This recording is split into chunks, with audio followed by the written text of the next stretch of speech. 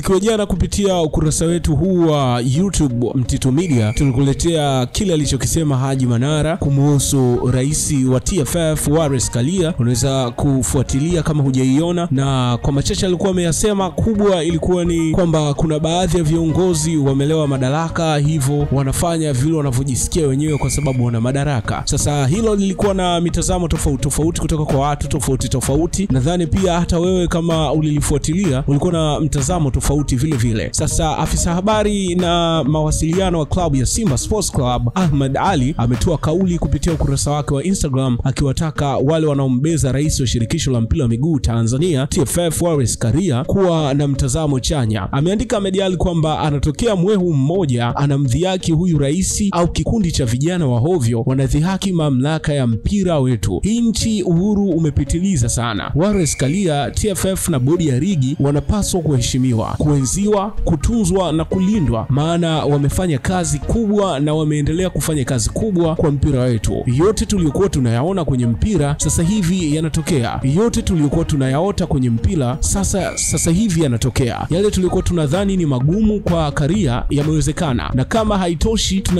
kama haitoshi tunaiona kesho njema ya mpira wa Tanzania chini ya Karia na wenzake. President Wallace Karia na uongozi wako wa TFF na bodi ya ligi, msirudi nyuma na msikubali mtu akaturudisha nyuma. Sasa hivi tunawaza World Cup, tunawaza utawala wa AFCON na ubingwa wa Afrika ngazi za club. Akamaliza kwa herufi kubwa akisema kama humpendi Karia, penda mafanikio yake. Huu ni ujumbe wa Ahmed Ali kwa wale wote ambao wanaona kama Karia ana uzinguzi sehemu fulani hivi. Ni nini maoni yako? Najua wengi wametoa maoni yao, wengi wametumia mpaka lugha mbaya kusema pengine yeye ni chawa wa Karia na vitu kama hivyo, kwa sababu Karia pengine anaipenda Simba au anaipendelea Simba na vitu kama hivyo. Unaweza kusema ni nini mtazamo wako kwenye hili? Lakini pia taarifa nyingine kwa wanamichezo na mashabiki wa mpira kwa Tanzania, aliyekuwa mchezaji wa Simba na timu ya taifa ya Uganda Emmanuel Okwi ametangaza kustaafu soka la timu ya taifa ya Uganda akiwa na umri wa miaka 32 tu. Okwi ambaye alikuwa nahodha wa The Crowns ameweka historia kubwa katika soka la Uganda akiwakilisha taifa lake kwenye michuano mbalimbali ya kimataifa. Katika kipindi chake cha uongozi alisaidiwa na kiungo wakati wa Yanga Sports Club Halidi Aucho kama nahodha msaidizi. Mchango wa Okwi katika timu ya taifa umeacha alama isiyofutika, akiwa mchezaji mwenye uwezo mkubwa wa kufunga mabao na kusaidia timu yake kushinda mechi muhimu. Kustaafu kwake ni pigo kwa soka la Uganda, lakini pia ni nafasi ya kizazi kipya kuchukua majukumu yake.